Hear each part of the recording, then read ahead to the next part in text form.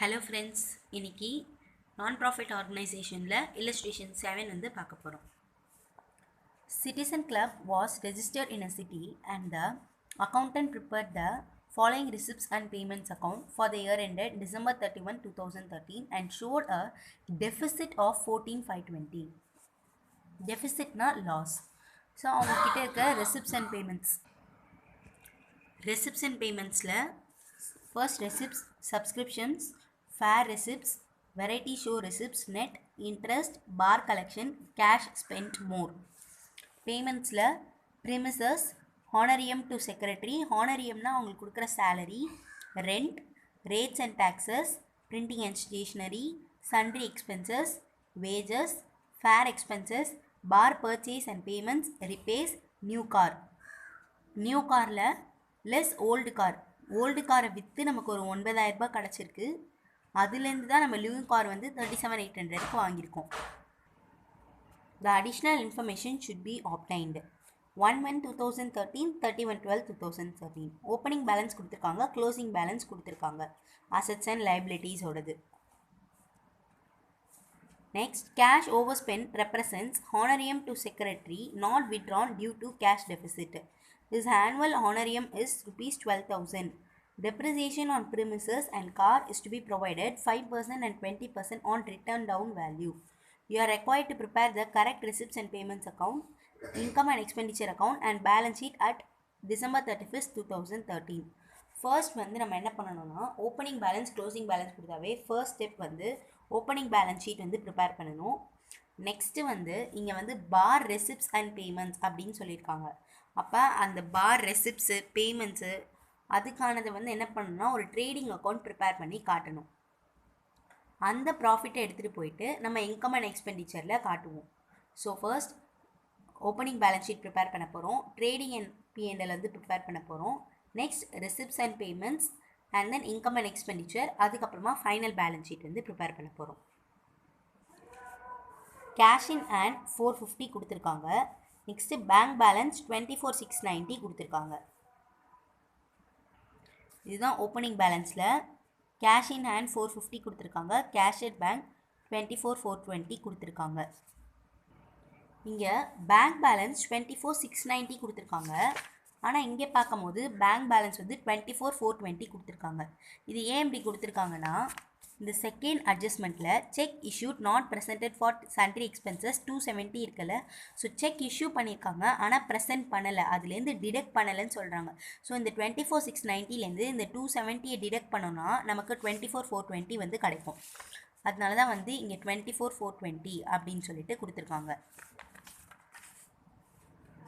Subscription due 3,600. So outstanding subscription asset side எடுத்துகிட்டு நம்ம வந்து போடுவோம். அதனால தான் இங்கே வந்து அவுட்ஸ்டாண்டிங் சப்ஸ்கிரிப்ஷன் 3,600 அப்படின்ட்டு போட்டிருக்காங்க. Premises at cost 87,000. So accumulated depreciation on premises 56,400. Premises at cost 87,000, அதுலேருந்து டெப்ரிசியேஷனை லெஸ் பண்ணி எழுதுகிறோம் 56,400. ஸோ 3600 தான் நம்மளோட net amount. Car at cost 36,570. Accumulated depreciation on car 30,870. So ப்ரீமிசஸ்க்கு பண்ண மாதிரியே நம்ம காருக்கும் என்ன பண்ணோம்னா அதோட காஸ்ட் எடுத்து எழுதிட்டு அதுலேருந்து அக்யூமுலேட்டட் டெப்ரிசியேஷனை மைனஸ் பண்ணி 5,700 அதோட நெட் அமௌண்ட்டை காட்ட போகிறோம். Bar stock 2,130. Creditors for bar purchase 1,770. So வந்து பார் ஸ்டாக் வந்து 2,130 எழுதிட்டோம். கிரெடிட்டாஸ் வந்து லைபிலிட்டி சைடில் எழுதுவோம். ஸோ நம்ம அசட் சைடில் இருக்க எல்லா ஓப்பனிங் பேலன்ஸுமே எழுதிட்டோம். ப்ரீமிசஸ், கார், அதோட டெப்ரிசியேஷன் எல்லாத்தையும் மைனஸ் பண்ணி எழுதிட்டோம். Bar stock, outstanding subscription, cash at bank, cash in hand. So கிரெடிட்டாஸும் எழுதிட்டோம். ஸோ பேலன்ஸ் வரது தான் நமக்கு அந்த பேலன்சிங் ஃபிகர் தான் நம்மளோட கேபிட்டல் ஃபண்டாக இருக்கும். Opening capital fund 65,130. So opening balance sheet வந்து ப்ரிப்பேர் பண்ணிட்டோம். நெக்ஸ்ட்டு ஸ்டெப் வந்து பார் ட்ரேடிங் அக்கௌண்ட் வந்து ப்ரிப்பேர் பண்ணணும். ஸோ பார் ட்ரேடிங் அக்கௌண்ட் வந்து இங்கே பார்த்தீங்கன்னா first opening stock, closing stock அந்த பார்க்கானது எழுதுவோம். So opening stock 2,130. இது பிரிண்டிங் மிஸ்டேக்காக இருக்குது, அதனால தான் இங்கே வந்திருக்கு. So closing stock 2,610. அதே மாதிரி கிரெடிட்டாஸ் ஃபார் பார் பர்ச்சேஸ் வந்து அதோட opening balance 1770, closing balance 1290. So first opening stock வந்து 2130 எழுதிட்டோம், க்ளோசிங் ஸ்டாக் 2610 எழுதிட்டோம். நெக்ஸ்ட்டு பார் பர்ச்சேஸ் நமக்கு எங்கே இருக்கும்னா பேமெண்ட்ஸில் இருக்கும். அதே மாதிரி பார் ரிசிப்ட்ஸ் எங்கே இருக்கும்னா நமக்கு வந்து ரிசிப்ட்ஸில் இருக்கும். இருக்குது பாருங்கள், பேமெண்ட்ஸில் பார் பர்ச்சேஸ் வந்து 17310 இருக்கும். நெக்ஸ்ட்டு அதே மாதிரி பார் கலெக்ஷன்ஸுன்னு போட்டு 22350 இருக்கும். ஸோ பார் பர்ச்சேஸ் 17310, பார் ரெசிப்ட்ஸ் 22350 எழுதியாச்சு. இப்போ பார் பர்ச்சேஸ்லேருந்து நம்மளோட கிரெடிட்டார்ஸ், அதாவது க்ளோசிங் கிரெடிட்டார்ஸை ஆட் பண்ணுவோம், ஓப்பனிங் கிரெடிட்டார்ஸை லெஸ் பண்ணுவோம். ஏன் அப்படி பண்ணுறோன்னா எப்பயுமே கரண்ட் இயர் அவுட்ஸ்டாண்டிங்கை ஆட் பண்ணுவோம், ப்ரீவியஸ் இயர் அவுட்ஸ்டாண்டிங்கை லெஸ் பண்ணுவோம். அதே மாதிரி தான் கரண்ட் இயர் இருக்கான கிரெடிட்டார்ஸ், க்ளோசிங் கிரெடிட்டார்ஸை ஆட் பண்ணுறோம், ஓப்பனிங்கை வந்து ப்ரீவியஸ்ன்னு அஸ்யூம் பண்ணிக்க போகிறோம். ஸோ ஓப்பனிங் கிரெடிட்டார்ஸை லெஸ் பண்ணி எழுத போகிறோம். ஸோ இது ரெண்டுமே நமக்கு வந்து அடிஷ்னல் இன்ஃபர்மேஷனில் கொடுத்துட்டாங்க. க்ளோசிங்கை ஆட் பண்ண போகிறோம், ஓப்பனிங்கை லெஸ் பண்ண போகிறோம். ஸோ 16830 கிடைக்குது. ஸோ நமக்கு ஓப்பனிங் ஸ்டாக் அண்ட் க்ளோசிங் ஸ்டாக்கும் அந்த அடிஷ்னல் இன்ஃபர்மேஷன்லேருந்து எடுத்துட்டோம். பார் ரெசிப்ட்லேருந்து எடுத்தோம், பார் பர்ச்சேஸ் பேமெண்ட்லேருந்து எடுத்தோம். அதுலேருந்து கிரெடிட்டார்ஸ் க்ளோசிங் கிரெடிட்டார்ஸை ஆட் பண்ணோம், ஓப்பனிங் கிரெடிட்டார்ஸை லெஸ் பண்ணோம். ஸோ பேலன்சிங் ஃபிகர் நமக்கு வந்து ப்ராஃபிட், கிராஸ் ப்ராஃபிட்டாக கிடைக்கும். இந்த ப்ராஃபிட்டை தான் நம்ம இன்கம் அண்ட் எக்ஸ்பெண்டிச்சருக்கு ட்ரான்ஸ்ஃபர் பண்ண போகிறோம். So first opening balance sheet prepare பண்ணியாச்சு. நெக்ஸ்ட்டு வந்து பார் ட்ரேடிங் அக்கௌண்ட் ப்ரிப்பேர் பண்ணியாச்சு. இப்போ receipts and payment account, income and expenditure account, closing balance sheet. So first receipts and payment account வந்து பார்க்க போகிறோம். Receipts and payment account எப்பயுமே வந்து opening balance cash பேலன்ஸில் தான் ஸ்டார்ட் ஆகும். ஸோ கேஷோட ஓப்பனிங் பேலன்ஸ் என்ன கொடுத்துருக்காங்கன்னா கொஷினில் 450 கொடுத்துருக்காங்க. க்ளோசிங் பேலன்ஸ் ஆனால் வந்து கொடுக்கல அவங்க.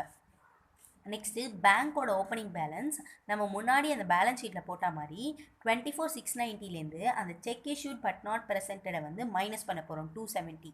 ஸோ 24420. சப்ஸ்கிரிப்ஷன் கொஷனில் ரெசிப்ட் சைட் கொடுத்துருக்காங்க 62130. ஃபேர் ரெசிப்ட்ஸ் இதுவும் கொஷனில் அப்படியே டேரெக்டாக கொடுத்துருக்காங்க 7200. அவங்க கொஷனில் எதெல்லாம் ரெசிப்ட்டுன்னு கொடுத்துருக்காங்களோ அதை எடுத்து அப்படியே எழுத போகிறோம். Variety show receipts 12810, interest 690, bar receipts 22350. ஆனால் கொஷனில் கொடுத்துருக்க பாருங்கள், இது எல்லாமே எழுதியாச்சு. Subscription, fair receipts, variety show receipts, interest, bar collection, இது வரைக்கும் எல்லாமே எழுதிட்டோம். ஆனால் கேஷ் ஸ்பெண்ட் மோர் அந்த 1000 ருபீஸை மட்டும் நான் இங்கே எழுத மாட்டோம்.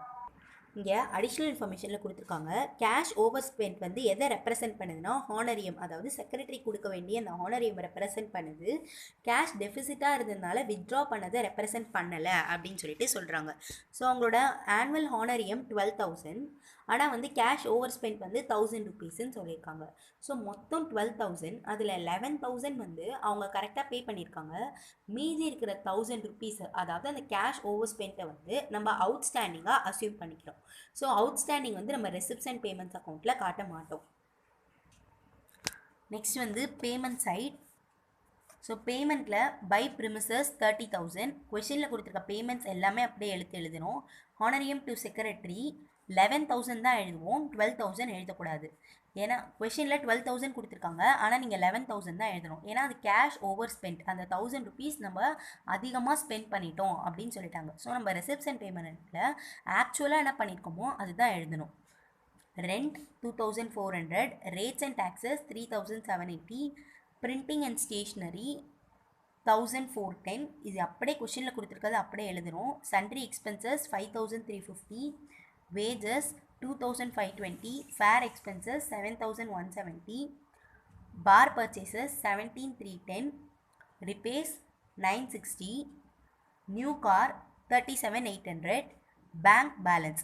எப்படி வந்து நம்ம ஓப்பனிங் பேலன்ஸில் கேஷையும் பேங்க்கையும் தொடரணுமோ அதே மாதிரி க்ளோசிங் பேலன்ஸு நமக்கு கேஷ் இல்லைனா பேங்க்கில் தான் வந்து க்ளோஸ் ஆகணும். ஸோ பேமெண்ட்ஸில் கொடுத்துருக்க எல்லாமே எழுதிட்டோம்.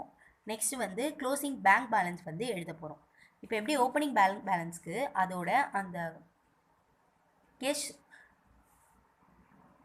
செக் இஷ்யூட் நாட் ப்ரெசென்டடை லெஸ் பண்ணி எழுதணுமோ அதே மாதிரி க்ளோசிங் பேலன்ஸ் வந்து 10,440 கொடுத்துருக்காங்க. அதுலேருந்து இந்த 90யை லெஸ் பண்ணி எழுத போகிறோம். ஸோ அதான் இவங்களும் பண்ணியிருக்காங்க. பேங்க் பேலன்ஸில் 10,440ல் 90 ருபீஸை லெஸ் பண்ணி எழுதியிருக்காங்க. ஸோ நமக்கு டோட்டல் வந்து 1,30,050 ருபீஸ் வருது. ஸோ ரெண்டு பக்கமுமே நமக்கு என்ன ஆகிடுதுன்னா டேலி ஆகிடுது. பேலன்ஸ் இருந்தால் மட்டும்தான் அதை வந்து க்ளோசிங் கேஷ் பேலன்ஸாவோ இல்லை டெஃபிசிட்டாவோ நம்ம எடுத்துகிட்டு வந்து காட்டுவோம். ஆனால் இங்கே வந்து சொல்லிட்டாங்க ரெண்டுமே வந்து நமக்கு இங்கே வந்து டேலி ஆகிடுது. நெக்ஸ்ட் வந்து இன்கம் அண்ட் எக்ஸ்பெண்டிச்சர் அக்கௌண்ட். எப்பயுமே ரெசிப்ட்ஸ் அண்ட் பேமெண்ட்ஸில் கொஷனில் கொடுத்துருக்கிறத அப்படியே எழுதுவோம், எந்த அட்ஜஸ்ட்மெண்ட்டும் பண்ணாமல் எழுதுவோம். ஆனால் இன்கம் அண்ட் எக்ஸ்பெண்டிச்சர் பொறுத்த வரைக்கும் எது அவுட்ஸ்டாண்டிங், எது ப்ரீபெய்டு, இந்த மாதிரி நிறைய அட்ஜஸ்ட்மெண்ட் பண்ணி அந்த வருஷத்துக்கு என்ன தேவையோ அதை மட்டும்தான் எடுத்து எழுதுவோம். So to honorarium to secretary 11,000 1,000 rupees நம்ம கேஷ் ஓவர் ஸ்பெண்ட்டாக எடுத்ததை வந்து அவுட்ஸ்டாண்டிங்காக இங்கே வந்து கருதுகிறோம். நெக்ஸ்ட் ரெண்ட் வந்து எக்ஸ்பெண்டிச்சர் சைடு வந்து நம்ம பார்க்குறோம்.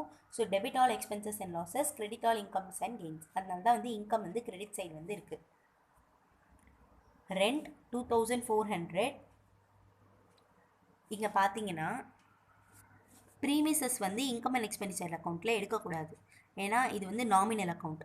ஸோ ஹானரியம் டு செக்ரட்டரியில் தான் அதனால ஸ்டார்ட் பண்ணியிருப்பாங்க. இதில் honorarium to secretary rent, rates and taxes, printing and stationery, sundry expenses, wages, fair expenses, repairs, இது வரைக்கும் லைனாக அப்படியே எடுத்து எழுதியிருப்பாங்க.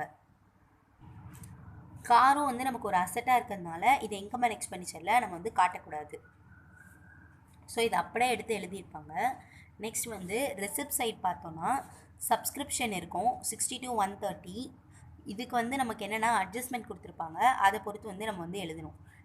ஸோ சப்ஸ்கிரிப்ஷன் அப்படியே வச்சுக்கோங்க. Fair receipt 7,200, variety show receipts 12,810, interest 690. இது வரைக்கும் அப்படியே எடுத்து எழுதியிருப்பாங்க. ஸோ பார் கலெக்ஷன் இதெல்லாம் வந்து நம்ம வந்து அந்த ட்ரேடிங் அக்கௌண்ட்டில் போட்டோம்ல, அதுக்கான ப்ராஃபிட்டை டேரெக்டாக எடுத்துகிட்டு வந்து இங்கே காட்டிடுவோம். எப்பயுமே நம்ம income and expenditure account prepare பண்ணும்போது அட்ஜஸ்ட்மெண்ட்டில் என்னென்ன கொடுத்துருக்காங்கன்றதை பார்க்கணும். ஸோ இந்த ஹானரியமுக்கு நம்ம ட்ரீட் பண்ணிட்டோம் 11,000 + 1,000 சொல்லிட்டு ட்ரீட் பண்ணிட்டோம். நெக்ஸ்ட் என்ன சொல்லியிருக்காங்க, depreciation on premises and car is to be provided 5% and 20%ன்னு சொல்லிட்டாங்க.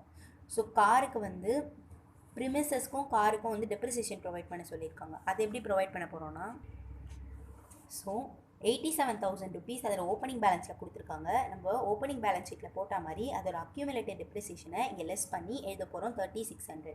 அதிலேருந்து நம்ம எவ்வளோ பர்ச்சேஸ் பண்ணியிருக்கோன்னா 30,000. இது வந்து நமக்கு பேமெண்ட்ஸில் கொஷனில் வந்து கொடுத்துருப்பாங்க. ஸோ அதை எடுத்து இங்கே ஆட் பண்ணிக்க போகிறோம். ஸோ 60,600 இதோட டோட்டல் அமௌண்ட். இந்த 60,600ல் தான் 5% நம்ம கண்டுபிடிக்க போகிறோம் 3,030. ஸோ இது எல்லாமே அப்படியே கொஷனில் கொடுத்துட்டு எழுதிட்டோம். ஹானரியம் டு செக்ரட்டரி மட்டும் 1,000 ருபீஸ் அவுட்ஸ்டாண்டிங் போட்டிருக்கோம்.